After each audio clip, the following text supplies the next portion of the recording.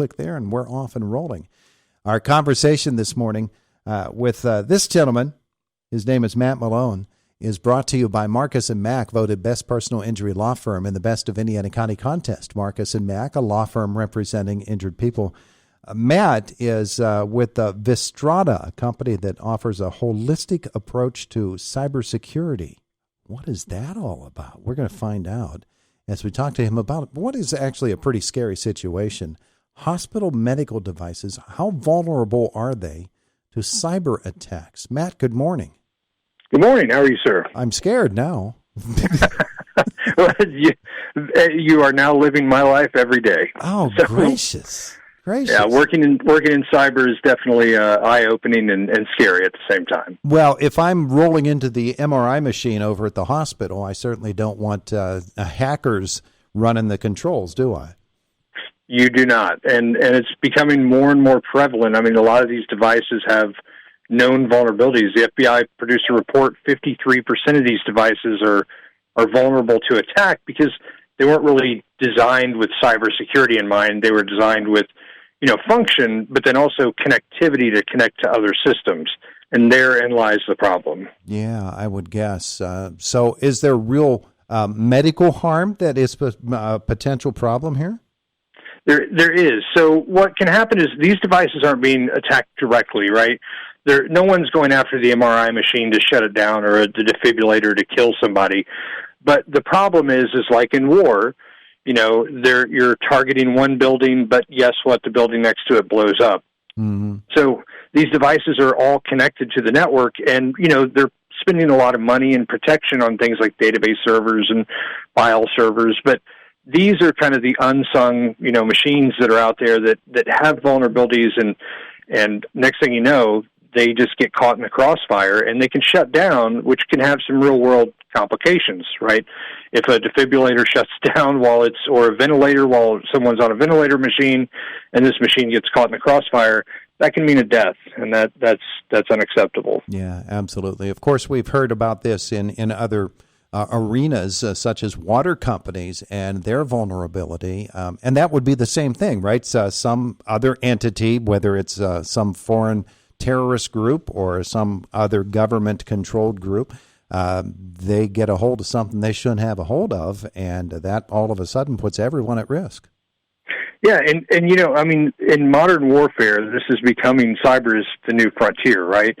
So before Putin went across into Ukraine, the first thing that they did was they launched a series of cyber attacks on Ukraine to cripple their infrastructure, and then they sent the troops in, right? So same sort of thing here, where this can be kind of damaging and destructive. So, the medical devices, the Government Accountability Office has asked for the FDA and the Cybersecurity and Infrastructure Agency to look at these standards because they have not been updated for 5 years. So for these medical devices, and 5 years in technology is like 100 years in normal life. So, this is something that needs to be raised in awareness and needs to be looked at. Well, if we're asking the government agencies to do such a thing, there's also the idea of compliance and how long it takes for the government to actually get around to getting things done. Meanwhile, that we have to fill in that gap, don't we? Yeah, we have to be, kind of mindful of what organizations we go into, what their cybersecurity stance are. Consumers do have a little bit of power in who they pick. So if you're going to a hospital and that hospital has been, known to have cyber attacks, then you may want to check out the other hospital and see if it's a little bit better. But, organizations, the hospitals really need to put, money into this, and they need to build out systems. So unfortunately, it's going to affect the bottom line, which is only going to cause our healthcare costs to go up. Yeah, you're right about that. So how can a company like Vistrada help? What do you do? So what we do is we go into an organization, we look at the landscape of the organization. So we look in the nooks and crannies, and we look in the cracks, and we figure out what devices are vulnerable, and then apply a methodology to kind of mitigating those risks. So we perform a risk assessment. We'll go in and figure out whether a risk is high, medium, or low, what's the likelihood of that attack, and then what's the impact of that attack. And then we can kind of make decisions based on fundamental ideas and doing the homework. Matt Malone is our guest. He's with Vistrata, a company that offers a holistic approach to cybersecurity, and he's just described that for us. Matt, of course, the vulnerabilities are pretty apparent to somebody like you in the industry. But for somebody who, say, is in a hospital setting or is at the water company, their expertise is not in cybersecurity. They have to hire the right people, don't they? Yeah, I mean, doctors don't work on themselves, right? It's even with my cybersecurity, we have an outside firm that comes in and looks at our cybersecurity to make sure we're doing the right things, because you can become snowblind. You can become blind to the things that are right in front of you, so it's always important to kind of get a third-party assessment, and that goes for everyone, even people within the cybersecurity, organization. Mm-hmm. Yeah, and folks in their homes, this would apply to them as well. Yeah, so people at home, when you're connecting up devices, so you're getting that new refrigerator that has interconnectivity to it, you're getting the coffee maker that orders your coffee automatically. Just remember that those are, devices that need to be protected and put into a network. So when I first got married, I came into my wife's house. She, at the time, the girl I was dating, and I noticed that her router was her internet was plugged directly into her computer, no firewall. I almost turned around and the relationship ended there, but I decided I would help her and fix it. So I said, look, you got to stop this. This is craziness, but oftentimes people don't have that expertise, and it's really important to kind of understand that, because these are the things that cause attacks and cause our infrastructure to fail. Jeez, Matt, your date test is really rough. It is. I have to go in and look at your technology and make sure that you're acceptable to partner. But we've been married 11 years now, and our network is quite more secure for it. Yeah, I would guess by now. But wow, and of course you've got kids and kids in school, and that's a whole nother issue, especially since schools these days they have upped their cyber game, and because of that, with remote learning now such a prevalent thing, thanks to the pandemic, that becomes an issue too, doesn't it?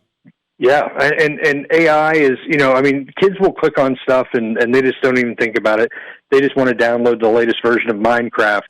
Well, they may be downloading it from an unreputable source. It may be, some malware put in there, and then all of a sudden you've let the attacker into your network, and now I call it hard, crunchy outside, soft, chewy center, right? So on the inside of your network, your devices should be protected as well as on the outside, because otherwise they get inside and it's over. But, with things like AI, we used to think of the old attacks as, hello, my uncle's the prince, and it was all written in bad English, and you would be like, oh, that's obviously spam. Well, now all they got to do is take that same sentence, put it into ChatGPT, and now it's a very robust and well-written by a Nobel laureate, right?